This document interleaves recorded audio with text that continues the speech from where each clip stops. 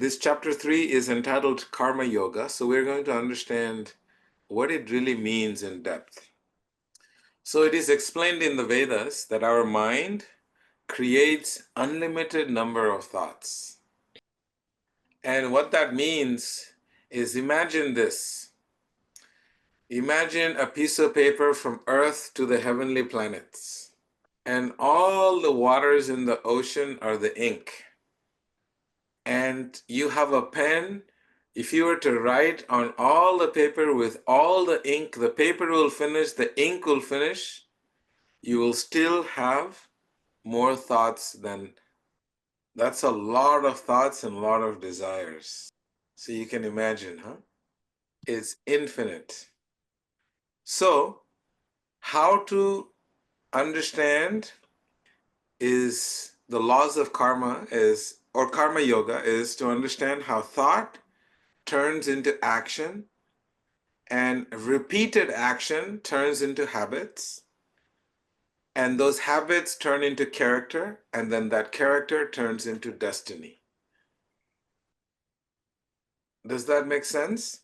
Thoughts turn into actions, and repeated actions turn into habits, and those habits become your character, and that character determines your destiny in life. So it's a very powerful way to understand how your destiny is created. So it starts in our mind, with thoughts, with thinking. So your thinking can create your destiny. So if you read the translation, it's very clear. A yogi abandoning attachment, act with body, mind, and intelligence, even with the senses, only for the purpose of purification. See? So this is what karma yoga is. Karma yoga means, karma yoga means to act with the body, mind, and heart for the purpose of purification. Many times you may notice in the world that people become very confused. Either I work or I become a yogi. Either I only do this or only that. It has to be like, everything is so exclusive. Either I become a karma yogi or I become a bhakti yogi. You know, and everything becomes so separated. So, verses 1 to 12 in this 5th chapter of the Gita, it is Krishna is teaching Arjuna, don't have to go anywhere. Don't change anything. Just be where you are. You don't have to go to the mountains and live in a cave. Not necessary. What is necessary is that whatever you're doing, you remain engaged in that activity, and that engagement, that activity you're engaged with, you engage it as a service to God. Make it as a service to the divine, and then through that consciousness, you remain free from the reactions of all the actions you engage with. Sometimes we think it's very hard. Oh, I'm working really hard, but people are very materialistic. People are, we find so many flaws with our environment, and we think that we should give it all up and do something else. Krishna is telling Arjuna, you have to remain in this world. And he explains, like in a metaphor, he explains a lotus flower, and that lotus leaf does not touch the water.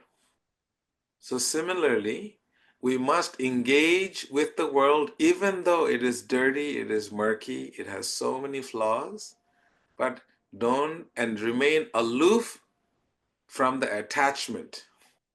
For example, Daniela is going to work.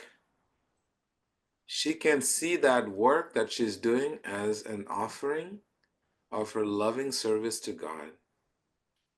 And everything she's doing, her consciousness is what determines how that action is karma yoga, that is freeing one from the world, or action that is binding her to this world. So the key is the consciousness with which the action is taking place. Where is the fruit of your labor going to? What is the intent of your action? So as soon as your intention is pure, then even though you may be working 40 hours, 50 hours a week and working with very rough people, then you're not affected by the reactions of your actions. Rather, you are free from it because your intention is pure and it is as an offering to God. To put a roof over your head, to put prasadam on the table for your family, who are all Krishna's family, God's children. You are God's servant. So everything you do, if the consciousness is there that you are an instrument, you're a part and parcel of God, then your actions are karma free. You're free from reactions because you're doing everything properly with the intention that everything I'm doing, it belongs. I am property of God. Everything I am is a property because nothing that we have, it is ours. It is on a temporary lease given to us and it temporarily to use, and then including this body is also taken away from us. So nothing we have is permanent. So therefore our consciousness is always thinking, yes, I'm working. Why? To take care of this body. This body belongs to God. This body needs to be engaged in the service of God. So this is our consciousness. Not that working for me so I can make money and I go on a vacation, here, there, and enjoy, beautiful, I don't know, whatever people do to enjoy their senses. So, verse 1 to 12, it is Krishna telling Arjuna, stay where you are and offer your results and act with detachment so you'll be free from the reactions of karma. So this section, 13 to 16,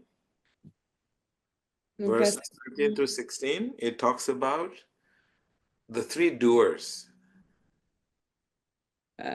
Doers? What is it? Doers, the three people who are acting, not just one person. Doers. And who are those three doers? Number one is the soul, super soul, and material nature. Of all of the three doers, the soul is the smallest of the smallest doer in this context. The only part where the soul is acting is to desire. That's it. That's all we can do in this world. Everything else is done by the super soul and the material energy facilitating our actions. That out of the three doers, the soul is the smallest player because the only power that the soul has is to desire. And then everything else is orchestrated by the super soul and facilitated by the material energy. For example, you desire to eat, just you desiring, how will the food get inside of your mouth? So it needs action.